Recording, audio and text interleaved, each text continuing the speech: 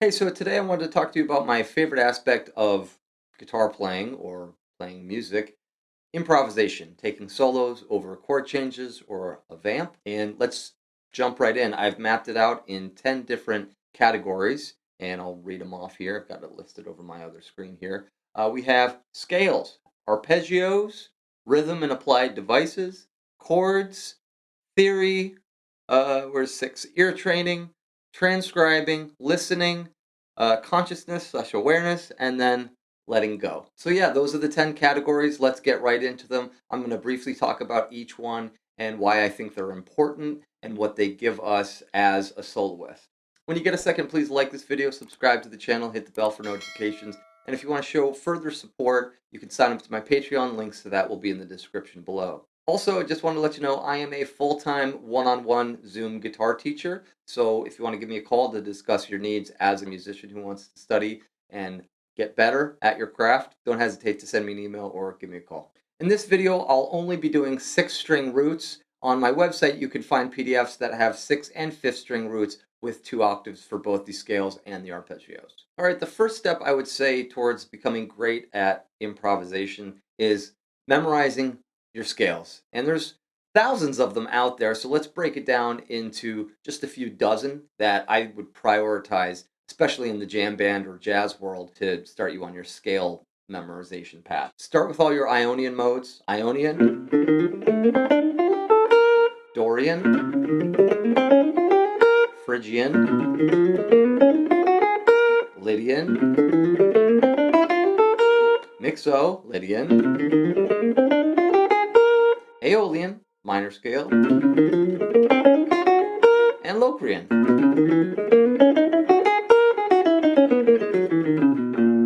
Next up, I would say memorize all your pentatonic scales. Minor pentatonic,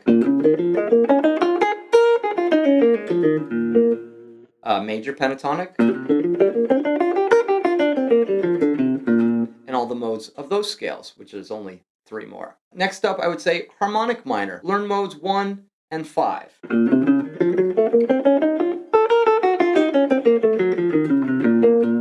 That was mode 1, by the way. Here's mode 5 of harmonic minor.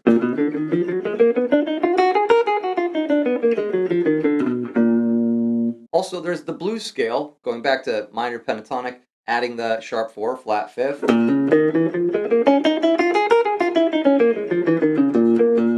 For the last one, if you get into jazz a little bit, I would say memorize jazz melodic minor.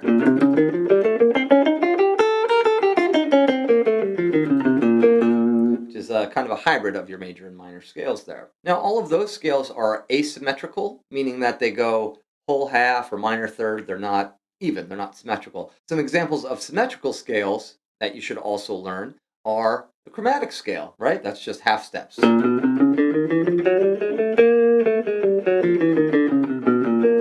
Or there's the whole tone scale, which is all whole steps. And then there's your 2 diminished scales, half whole or whole half diminished. Here's half whole.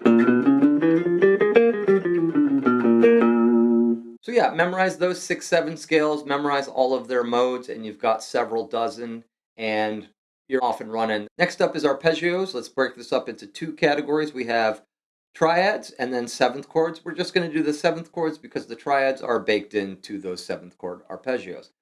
First is our major 7th arpeggio.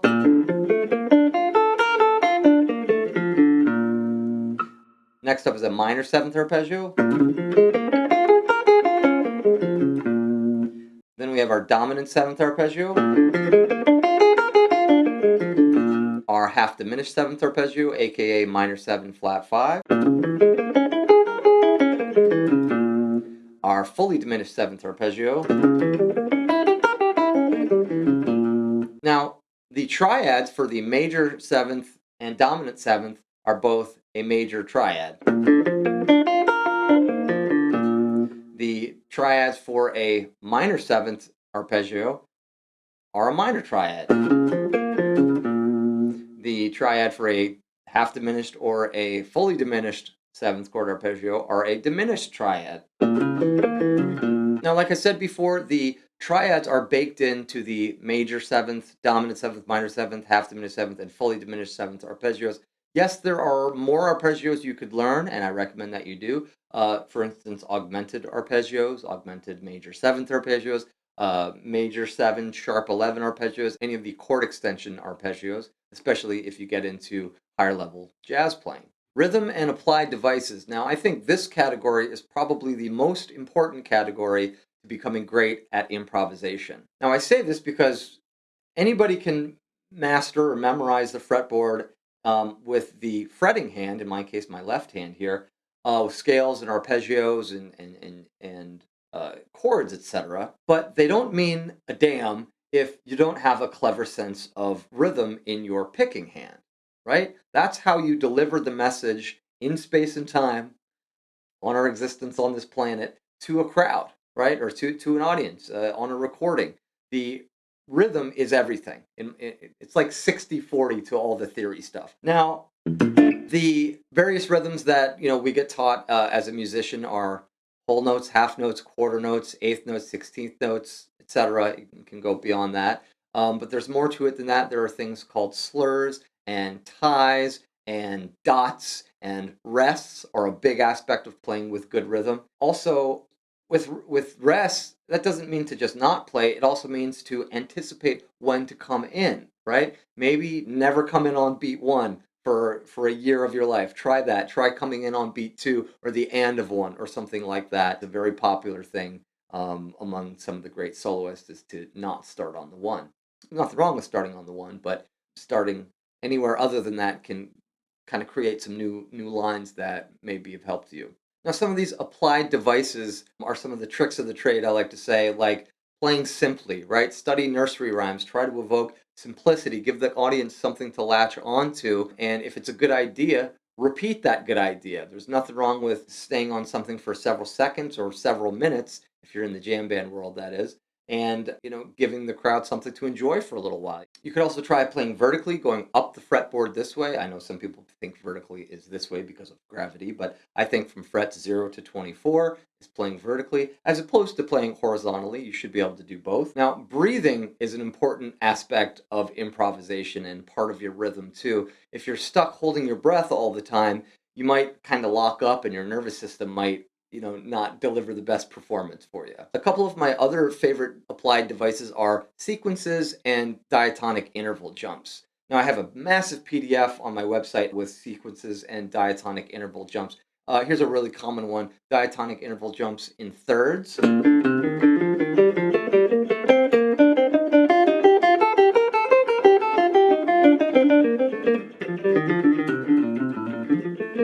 Right? So there's like a jumping interval of a third. One of my favorite applied devices is the concept of sequences, which is a musical motif or idea repeating rhythmically down a system like a scale or an arpeggio. A very common one would be to go up in, let's say, a sequence of 4, going right up the Mixolydian scale.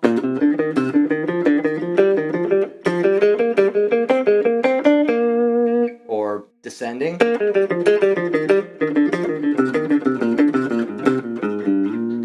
Something like that. Or you could have a sequence being a little bit more melodic instead of going right up and down the scale, where you repeat a note but keep the rhythm like this.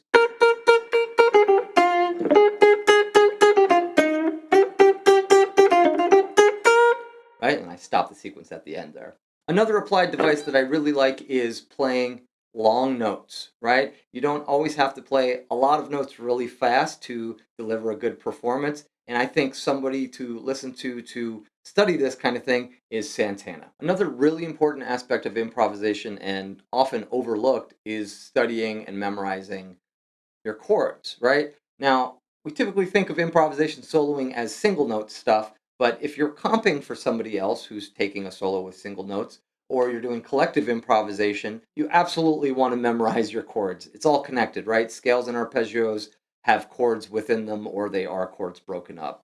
And you want to be able to see chords. If you're in the jazz world and you're seeing chords move by, you want to know what arpeggio or what scale or what mode or what have you to play over top of those chords. So it's good to memorize those. We're going to break it up into 3 categories. We're going to go with triads, like your major, minor, your augmented, your diminished. Right? Those are the 4 triads available in music theory. There are 7 or 8 seventh chords. Let's see if I can get them all. We got major 7, minor 7, dominant 7, half diminished 7, and fully diminished 7. You could have an augmented dominant 7th, an augmented major 7. You could have a minor major 7. And I think that's all of the 7th chords that I can think of, right? I believe there's 8 of them. Next up is the chord extensions. Now this gets pretty busy, but think your 9s, 11s, your 13s, your flat 9s, your sharp 9s, your sharp 11s, and your flat 13s, right? That gets pretty complex.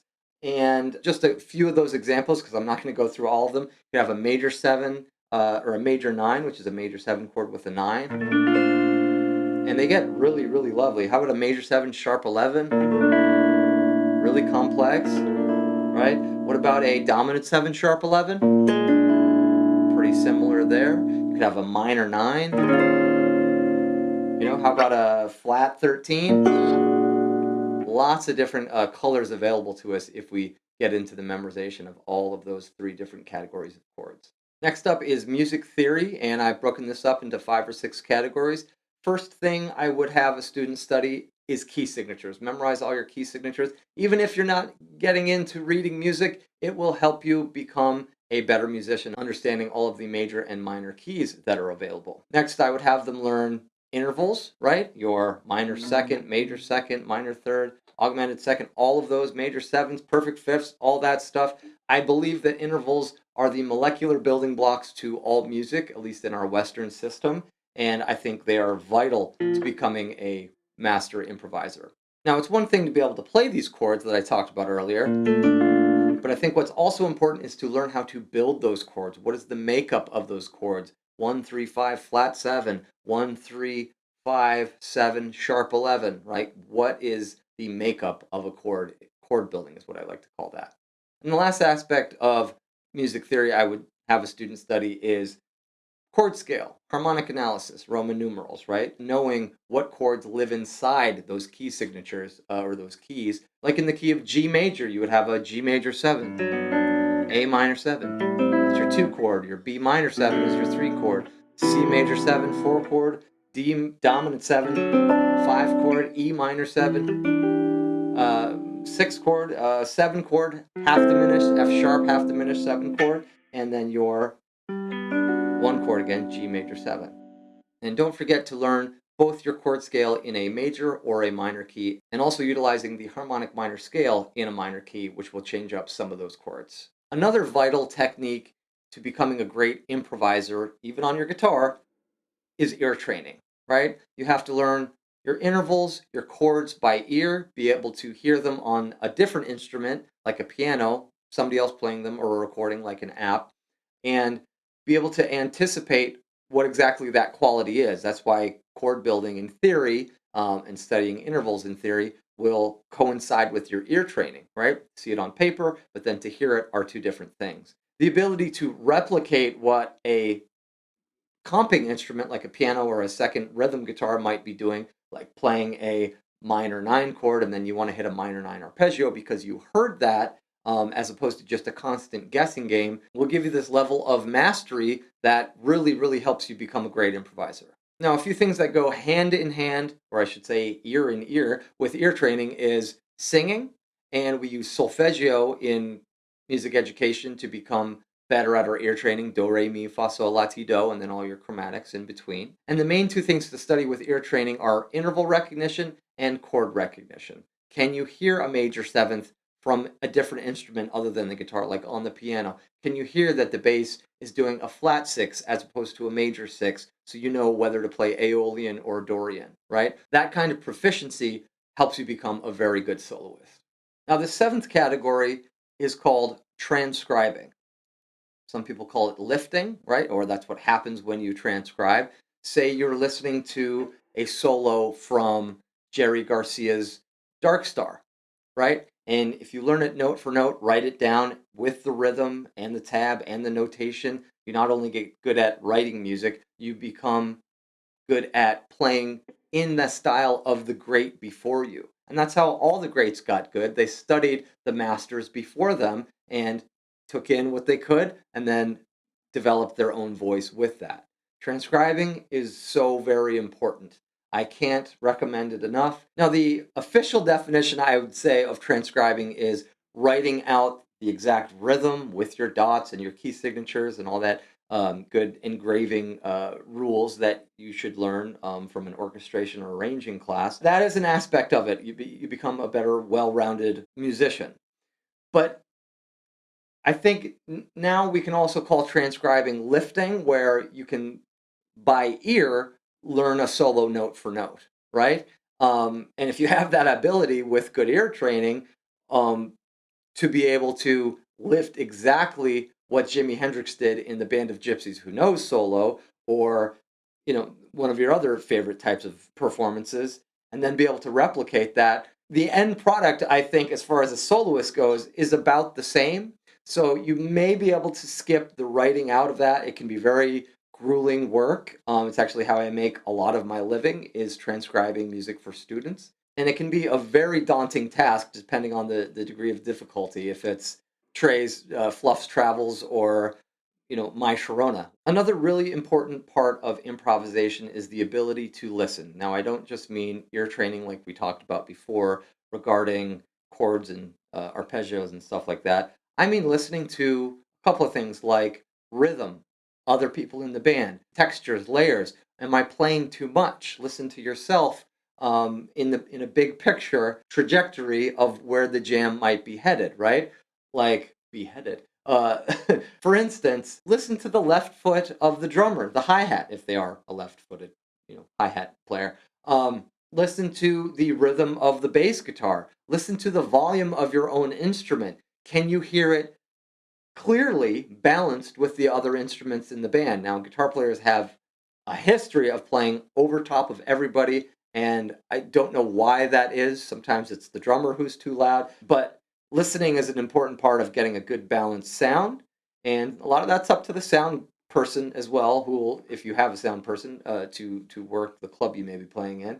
But even if it's just a jam at the house where you have basic small amps and or even no amps, you're playing acoustically, sometimes you'll be around a campfire situation and you'll see somebody playing and singing a song, and they're not even listening to themselves. You can tell they're um, strumming chords and singing, and the chords are like louder than the voice or vice versa, right? There has to be a balance there. So active listening, being respectful to your bandmates, yourself, as well as the crowd, which is the ultimate goal. And the last aspect of listening is to have a conversation. That idea of respectful conversation, it's give and take, right? And can't recommend enough listening to the band Fish, who are masters at the aspect of conversation. They even have drills, or at least I know that they had drills when they started out, that they would practice kind of non traditional musician drills to practice their listening ability and conversational ability while improvising together. For our ninth category, I wanted to talk a little bit about consciousness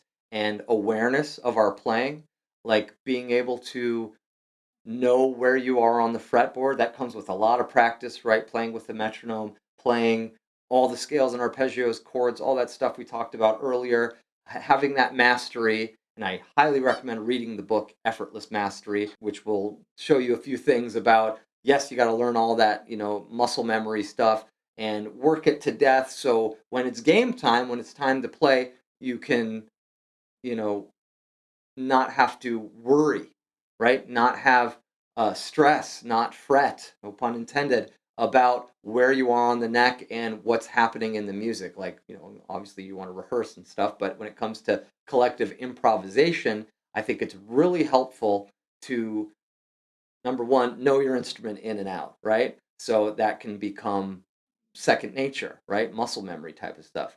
But becoming conscious, like that's part of listening, is a part of, the big picture of consciousness, which is, you know, awareness of how loud I might be, awareness of what key or what tonal center I may be in, awareness of am I playing too busy, awareness of is there anybody in the crowd left because I've been noodling so much or playing too fast and too loud that everybody left, or they're out for a break for their ears or whatever.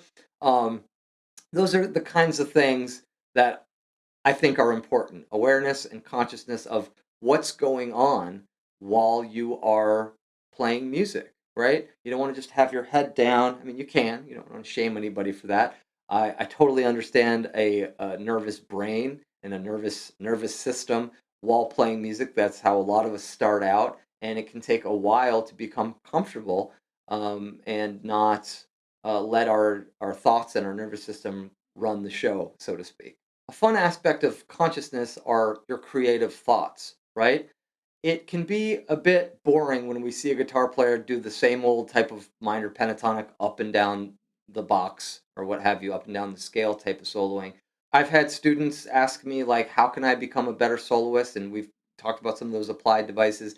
But one of the best things, if you've memorized a lot of your you know, applied devices like scales and arpeggios and sequences and all that stuff, is thinking outside the music box and think more like a being, a human being. Think about, fantastical stuff. Think about negative stuff. Think about positive stuff. Think about politics if you can handle it. Think about think about your traumas. Think about the most wonderful times in your life and apply that to a solo, right? Think about nothingness if you can. Clear your mind, right? These are just ways you can be creative when you're playing a solo, just so you can become more conscious. I've told some of my younger students that were somewhat gifted at memorizing scales, and then they would play really fast. Like, I want you to think about shapes and colors and purple humpback whales and dinosaurs or whatever, right? Think of the animal world. Think about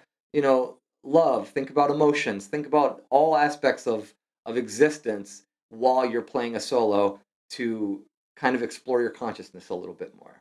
And last but not least, one great piece of advice that I got was the ability to let go. And I read this in the book Effortless Mastery that I mentioned earlier. This aspect of you're already a great player, you've done all of this work studying your instrument, you know it really well, but when you're soloing, and this kind of touches on the consciousness vibe, the ability to let go of everything. And I think I said, try not thinking at all and just being in the moment, enjoy the moment. You are a human being that's part of the audience. You are hearing the performance that you're putting out. So enjoy it, right? Try to enjoy the moment while you are playing it and don't force it, is the last piece of advice I'll leave you with. Don't try to force too much because it can come across as egotistical. It can come across as too busy, right? And it can come across as, oh, they play too fast, too many notes, or Mozart, if you know the Amadeus reference there. But yeah, don't force it. Let go. Play simply. Ear training, theory, all that good stuff we talked about today. Anyway, I'm going to try to edit the crap out of this video and shorten it to as much as I can to make it nice and concise for you. Thank you so much for watching. Take care.